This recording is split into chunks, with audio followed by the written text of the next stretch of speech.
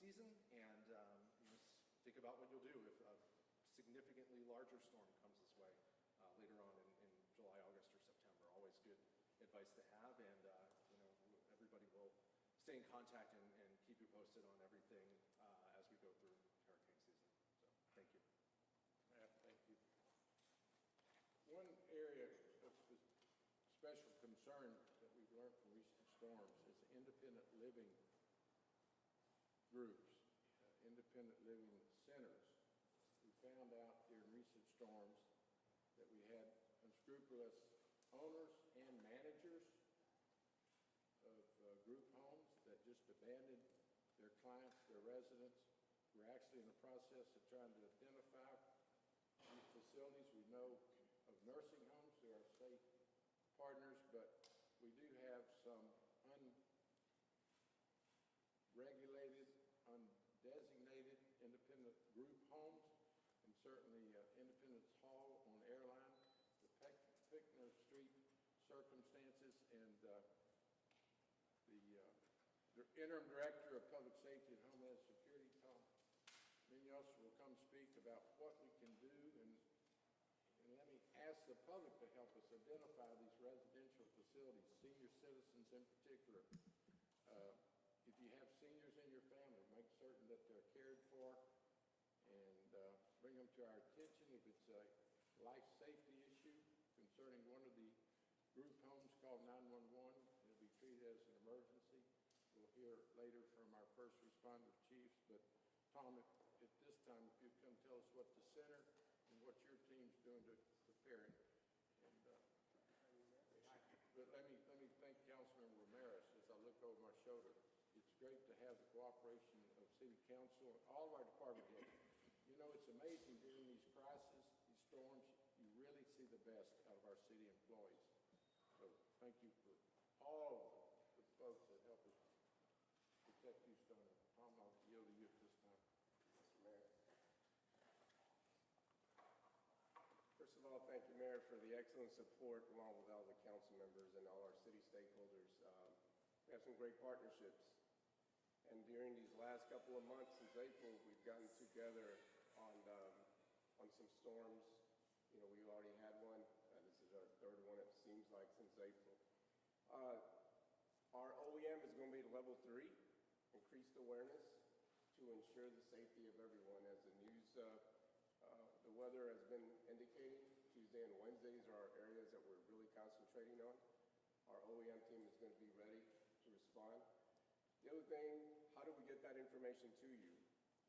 I encourage everyone to go to alerthouston.org and register so you can get our social media points, our messages that we're going to have that we'll send out to increase the awareness, the situational awareness in your homes and throughout the city.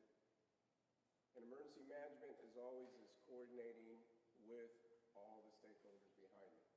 I cannot say enough that all the hard work that comes out of these departments, everything we've been doing, it's a great collaboration that we have with our first responders, solid waste, public works, the list goes on with all of that.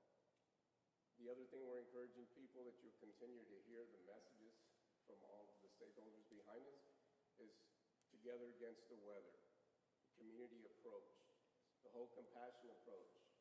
Get to know who they are, your neighbors. We have to be sure that those individuals get the assistance that they need in times of harm's way.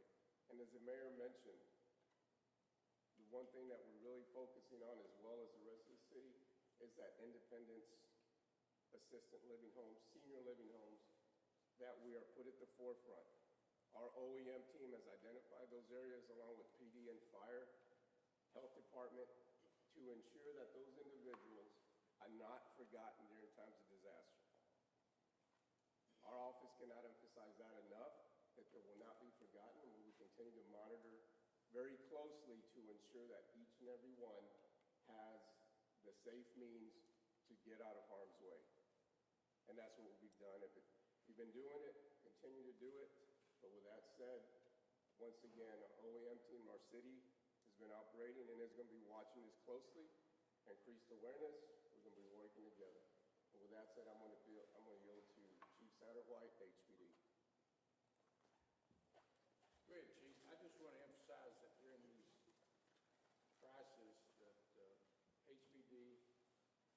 takes their responsibility so serious to not only protect lives, but protect property, particularly in difficult times when we lose our power. It really means that alarms and other mechanisms need to be backed up with active law enforcement.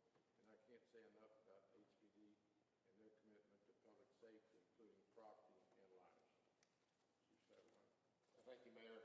So, like the mayor said, like Director Munoz, and like Mr. Lonza said, we're in for a pretty busy season coming up this year. We've already had Kingwood, not less than 2 months ago, a lot of flooding out there. Some homes got flooded, and we were out there responding to that. I know the mayor was out there, and fire, and everybody was out there working on that. We come out of that, and then we just get hit by derecho, which no one saw coming, and it just cuts a swath from our northwest all the way through downtown into our east side, east end, and then all the way out into the Gulf, and done a lot of damage. And a lot of our community is still recovering from that.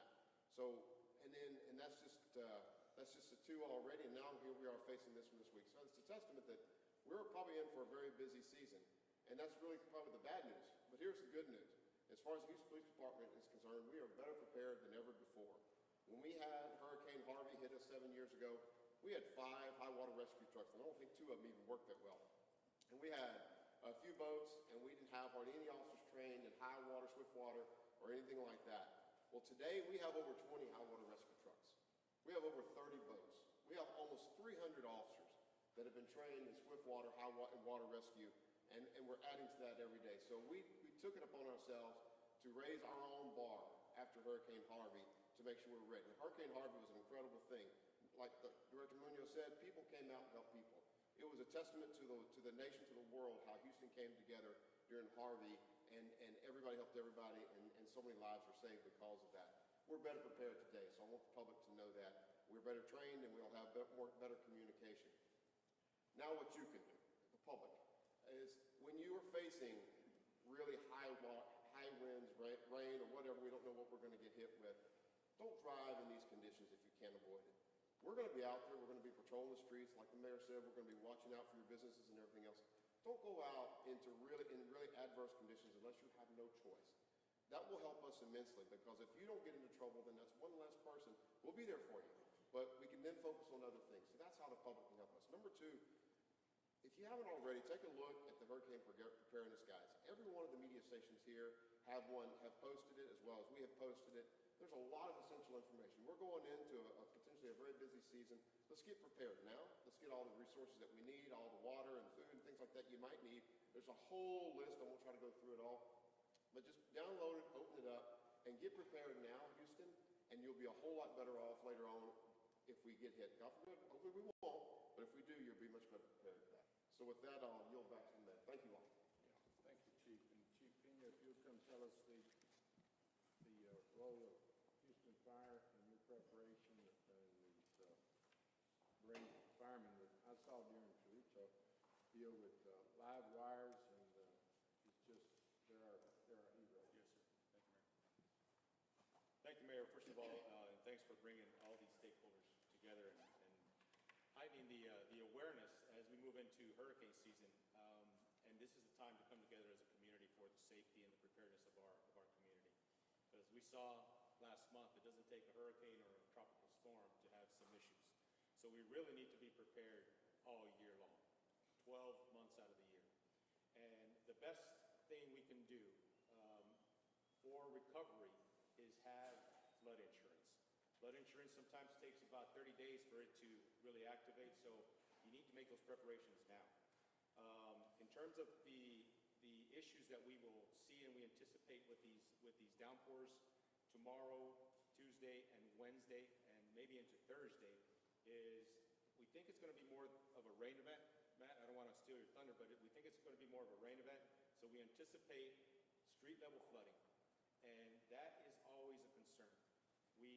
That is the primary rescue response call type that we go out to every time we get some heavy rains. Do not drive on flooded streets. If you cannot see the road, stay off of those streets.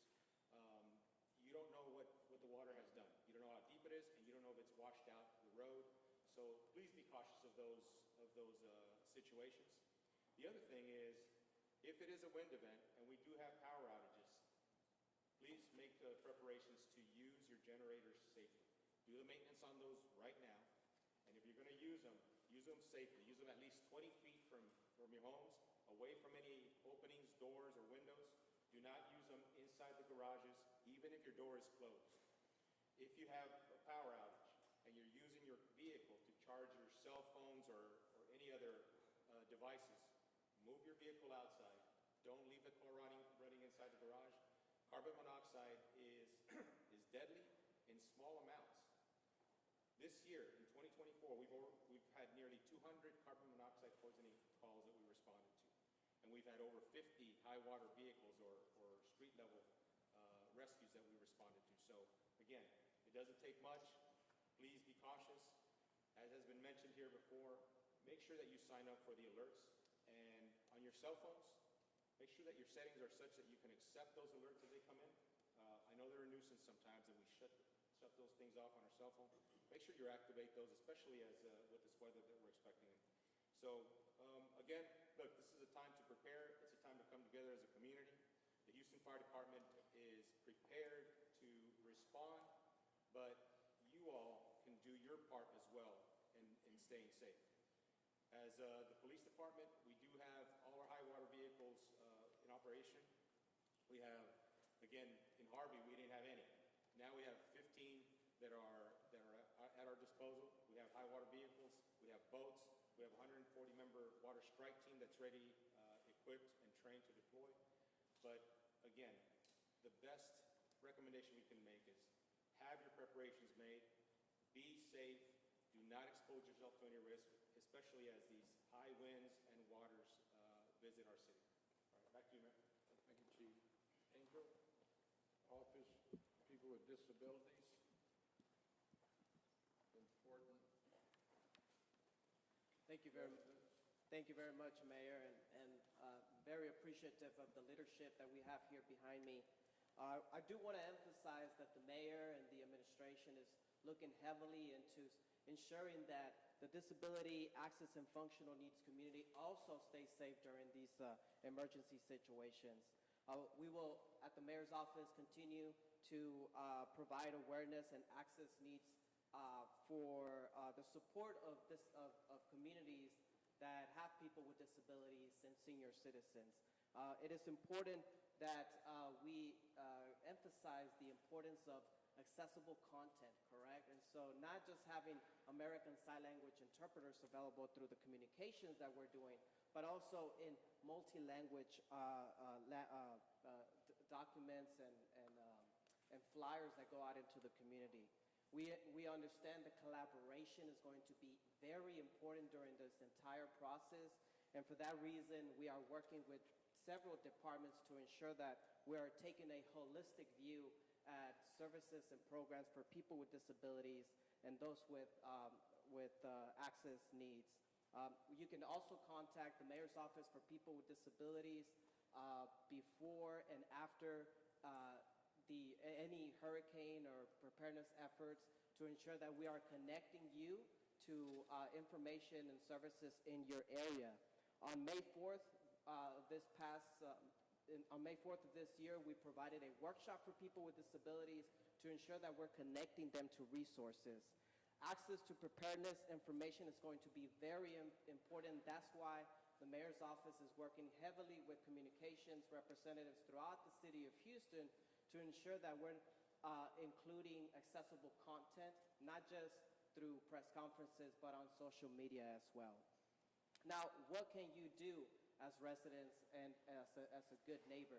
You can encourage folks to register for the State of Texas Emergency Assistance Registry, and this is a program for people with disabilities, senior citizens, those with access and functional needs.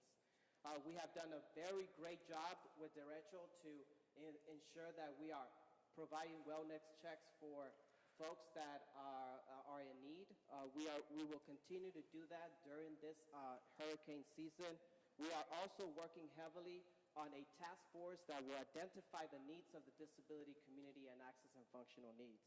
Now, I also want to encourage folks not just to register, but to have a plan B, because there's going to be a moment where the city of Houston may not be able to get to you. And so please encourage your neighbors, your family members to have a plan B. This will include having an emergency kit available that includes meds that will keep you good for the next few weeks.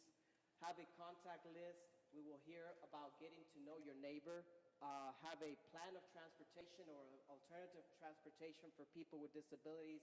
And for those folks that are listening that have motorized wheelchairs or any durable medical equipment that needs electricity, we encourage those folks to please have extra batteries available for those needs. For more information, you can always contact the Mayor's Office for People with Disabilities at 832-394-0814. Thank you, Mayor. Thank you, Mr. Pons. I want to emphasize that so much of the information that is being distributed today is for hurricane season, which goes to November. I want everyone to understand the next 72 hours from the Weather Bureau, it sounds like it's mostly high water, flooding conditions. So I don't want to, I think it's already been mentioned, we need to, after we saw the intensity and the suddenness of the previous storm, we got to be ready 12 months of the year. But so much of the preparation for today's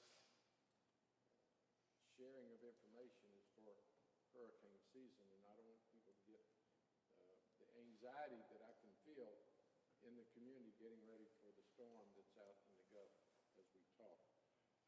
During a real crisis, all of our departments, certainly solid waste, public works, I consider all of them first responders.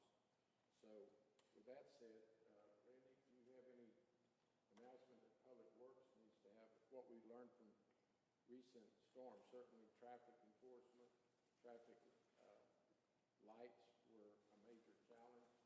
And I yield to you, what's the best thing besides staying off the roads during disturbances, looking out for your neighbors, your friends, your pets? We haven't talked about, if you go to a shelter, don't forget your pets. If we use multi-service centers for cooling centers, make certain that your neighbors are provided for, and certainly your pets. Randy, why don't you share with us what Public Works is doing to prepare for hurricane season in the next 72 hours? Certainly. Thank you, Mayor. You know, we learned a lot in the derecho. We've learned a lot over the years as we've dealt with this. One of the things to keep in mind that the City of Houston streets is one of our primary drainage components. They're designed primarily to help water flow and drain out of the way. As we're coming out of the recent event that we've had, one of the concerns that everyone should be aware of, and the things that you can do right now to help prepare yourself, is to make sure that those streets, and particularly the storm drainage inlets, are as clear as they can possibly be. If you find that you live in areas where there are open ditches and there's debris in those ditches, please call 311 to elevate those requests as quickly as possible so that we can, in partnership with Solid Waste, make sure that we're able to get folks out there, whether they're contractors or city employees, to clear those ditches out. Just a little bit of rain, as the mayor has mentioned, as a result of the state of our drainage in general, can cause havoc everywhere we go. And so the roads can become very quickly impassable. They can become very dangerous. If you see areas where there's high water, of course, stay away. But even if you see areas where you're not sure if it's high water, we'd recommend that you stay away. Stay indoors as best as you can. Now, we also know we have storms. Sometimes there's issues with power. And during the derecho, we learned specifically that when our signalized intersections go down, it can create a lot of confusion for people. Again, this is one of those reasons why it's best to stay indoors. But remember, when you come to an intersection where the lights are dark, you should treat that as a four-way stop. You should be extra vigilant wherever you are.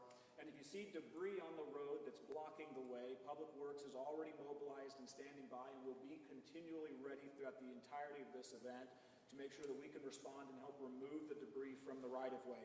Whether that's a downed tree or whether that's other debris that gets in the way, please contact us, contact 311 to make sure that we can get our response teams out there as quickly as possible. Part of our preparations, and these have started long into the early part of the weekend, even for some of those folks who were trying to enjoy Father's Day, they took time away from their families to begin preparation for this storm already.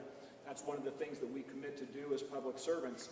And so we've begun the process of converting a number of our vehicles to help assist police and fire for high water rescue if necessary. storm and debris removal if necessary. Anywhere we go, we stand ready and ready to go, Mayor, for whatever is needed when the city needs us to respond. Thank you. Great job. I think it'd be fair at this time to get a status report from solid waste, not only in preparation for hurricane season. I think you would speak to the resources that you've been able to bring together and the collaboration, but where are we in our debris pickup from our recent storm, and how do we best prepare going forward? Thank you, Mayor. Thanks again, Mayor, and thank you for your support. Currently, as far as the derecho storm is concerned, we're about 25 days into the operation. I want to keep in mind, I really want to remind folks, maybe about a good week or a good 7 days has been lost due to unforeseen events such as lightning strikes and storms that have come through the area.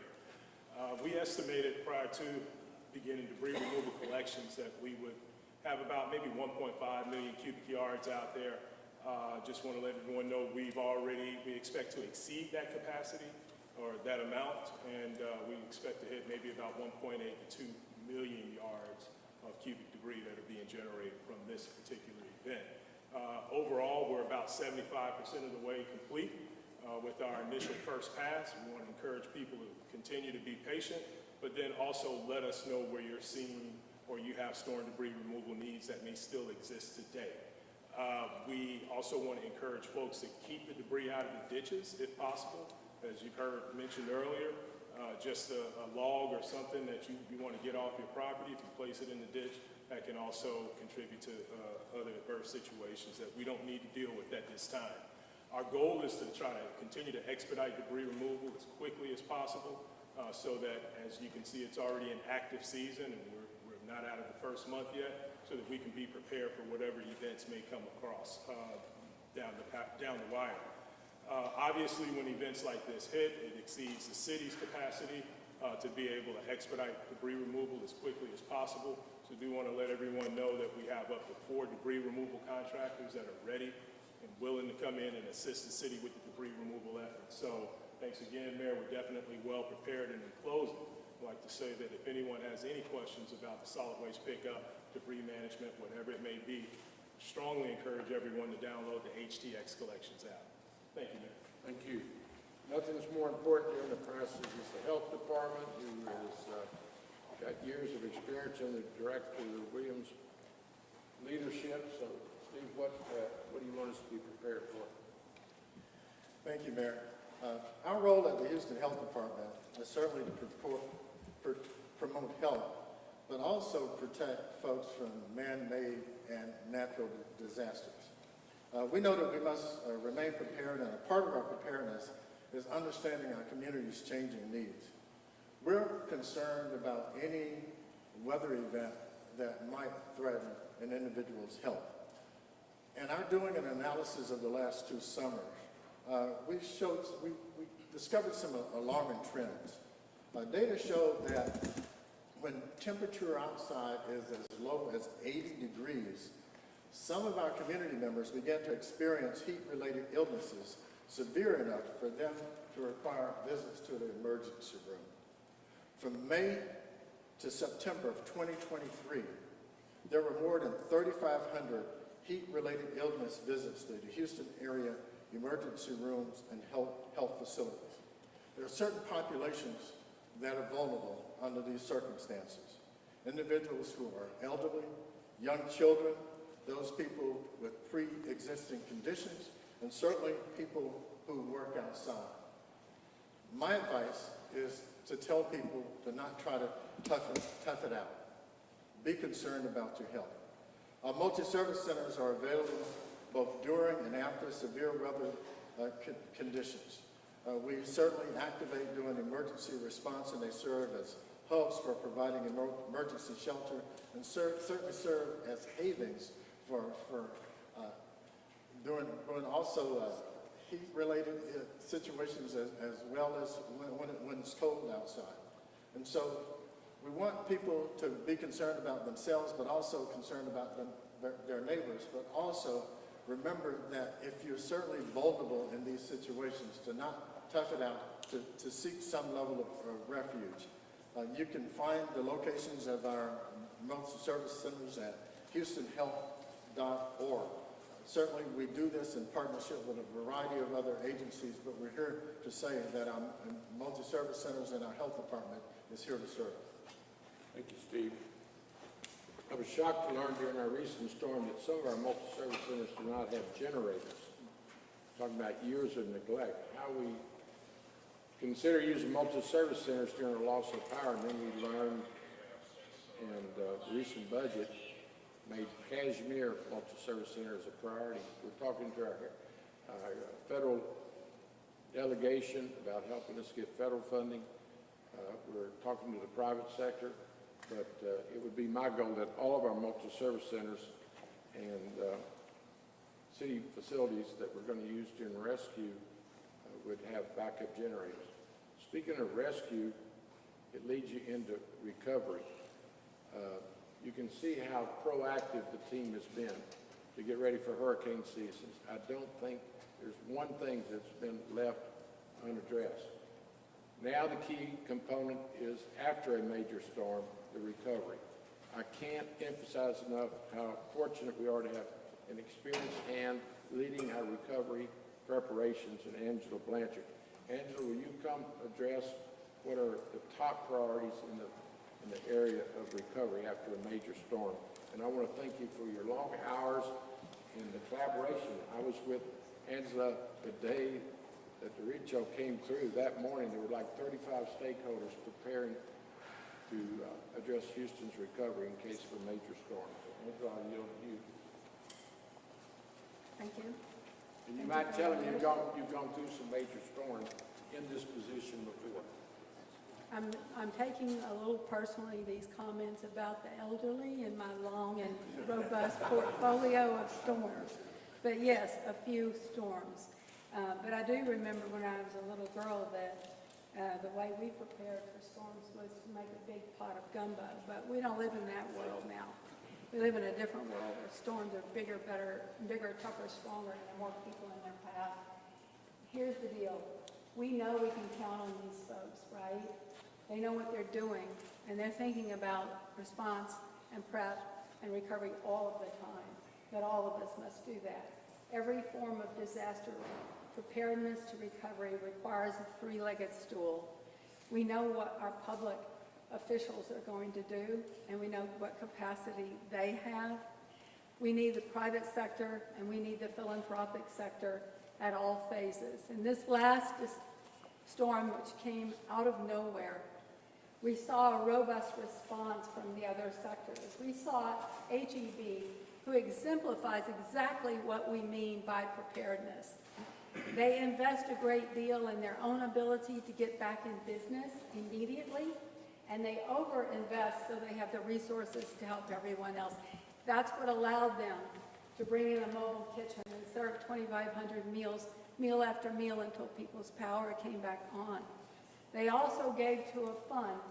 We now have the Greater Houston Disaster Alliance, formed of United Way and the Greater Houston Community Foundation.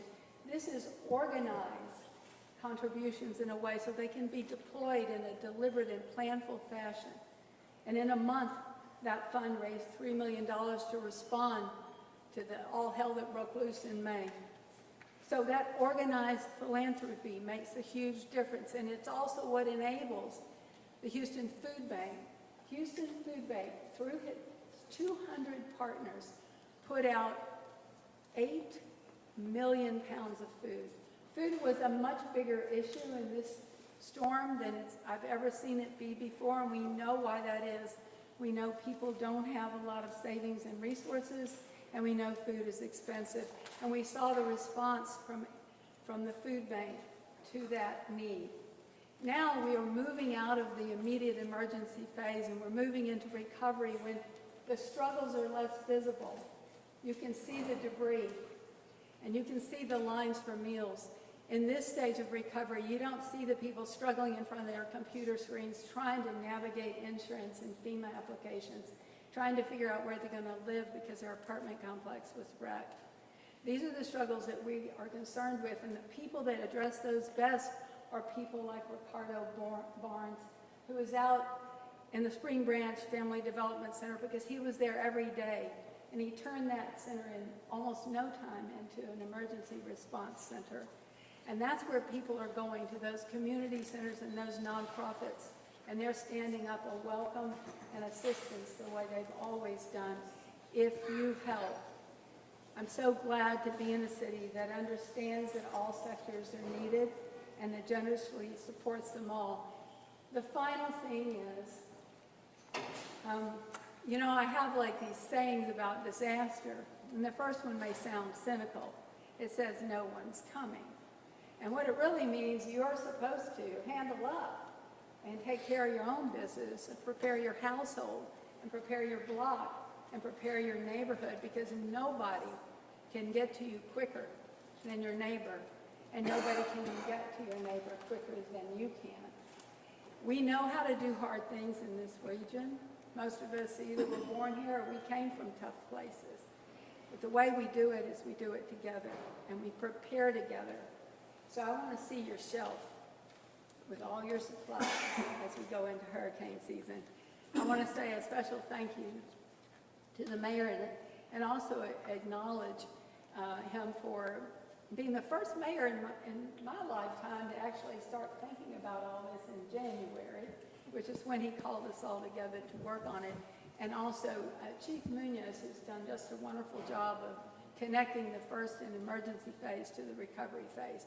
That handoff is essential.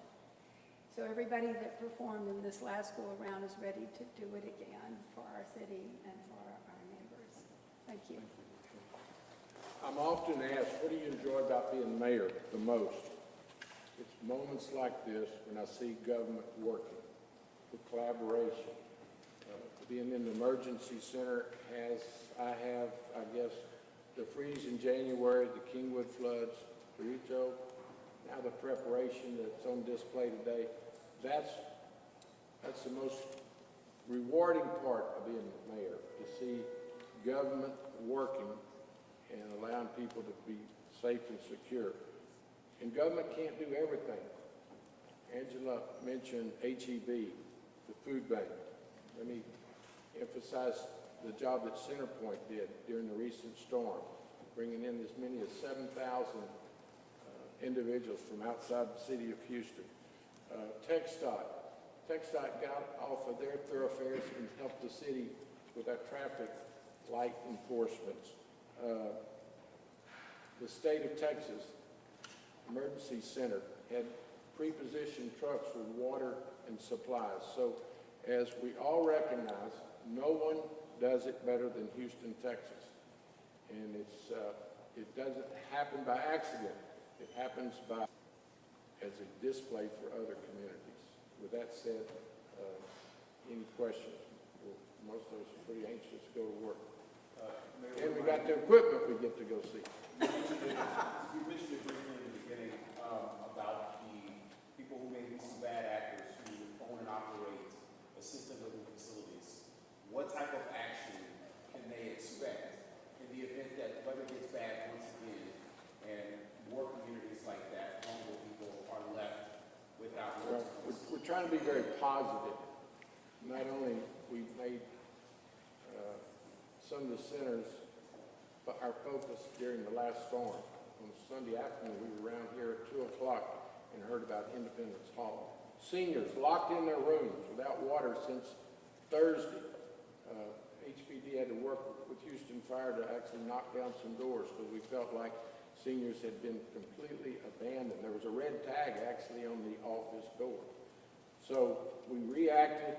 Now we're being proactive by announcing this will not be tolerated. We're actually talking to the district attorney's office to see if there's violation of the law of abandonment. But what we're focusing on is the announcement to the owners and managers that they have a responsibility. We'll hold them accountable. And we want Houstonians to alert us about any seniors in group homes or assisted living that we need to check on. Call 911. We discussed what would be the best means. We're looking for those calls on our 911 network. So, yes, seniors are the most vulnerable. They depend on someone else. Oftentimes, they're bedfastened, so they can't get out. They have no Some have no relatives. So we're their voices, and the media can do a great job of letting us know if seniors have been abandoned. But we're also doing putting the owners and managers on alert. We will hold them accountable. We touched on debris still not picked up from previous weather Sure. events. We have a colleague focusing on that today out in the Kingwood area. People want to know what the holdup is and what's being done to make things Hold up more is, efficient. and I was going to ask the director to kind of, he talks in millions of cubic feet. I need a visual like half of NRG Stadium needed to be picked up. They're doing the very best they can. I can assure you, he hears from me.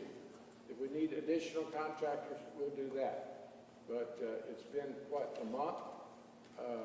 We're filling up NRG Stadium as quickly as possible, and I don't mean literally the stadium, but that's the volume that people can visualize. So we're doing everything we can, and we're going to keep doing more. And it's okay if you guys don't have these numbers offhand, but I believe it was, what, 4 crews of contractors? How many people is that? Well, first of all, we have 2 prime and scores of subcontractors. I'll let the director speak to that, but you won't believe what meeting I had right before we came in here. It was about debris, because I was driving, don't tell my security, but I was driving the neighborhoods this weekend alone. Timber Grove, 18th Street, Pinemont. I know where they are. And East Side, we know the challenges downtown. We're on top of it, but people are going to have to be patient and realize the volume of the debris is huge. Go ahead. Thank you, Mayor. Yeah, and your question again? Yeah, so you mentioned that there were, what, at least 4 crews of contractors.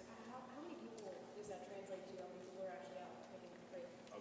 So we can activate up to 4 different contractors. The city already has pre-positioned contracts in place, so we have the ability to activate up to 4. For the derecho storm, we activated 2, and they're currently working now. They're providing some of the stats that I threw out earlier. So for the duration, how many folks did you actually have out on the street? It's okay if you don't have that. Oh, no. We have at least 200 additional crews out in the streets. And remember, they're addressing curbside collection. They're addressing debris in the median. You saw a lot of trees on the right-of-ways, what we call split leaners and hangers. We have to cut those down as well so that they're no longer a threat to public safety. So all collectively, we have about 225 crews out. That's in addition to our forces that are out in the neighborhoods providing collection as well. I'm sorry, how large are your forces? We have about a good 150 on ours, yeah, that are providing collections throughout the year. Thank you. And don't forget, they've got their regular duties as well, which I understand, for my neighbors, is improving daily. Recycling, garbage pickup is on the same day in most of our neighborhoods, which was unheard of before the first of the year. Anything else? Quick question on the debris. I know there's a few places in Timber Grove. Are we hoping to get to them before the rain comes tomorrow afternoon? Is there a chance? There's a few people we saw today with piles and they're worried. It's been in our conversation. That was part of our conversation about an hour ago. North of 11th Street on T.C. Jester is unacceptable, but anyone that has debris is unacceptable. I'm just simply letting you know, as the director just did, it is a top priority. And we need folks to put it out on the curb. The city's not going to be able to go in the backyard where a fallen tree is, so that's private property. But if you'll get it out on the curb, they're working as fast as they can. And if you want to go by Northwest Mall, a staging area to see the numbers of personnel, or there's an HISD site on Pinemont near 290. There's an army of people working on it, and they want to get it out as bad as the residents do. If not, understand our plans. Tom, what do you want us to, you want to go show us your equipment? If you're available, some of the high water vehicles are on display in the back. Out front. With that said, thank y'all for being here. I can't emphasize enough how people are going to have to be smart, look out for their neighbors, look out for their families, and don't drive in high water. Thank you.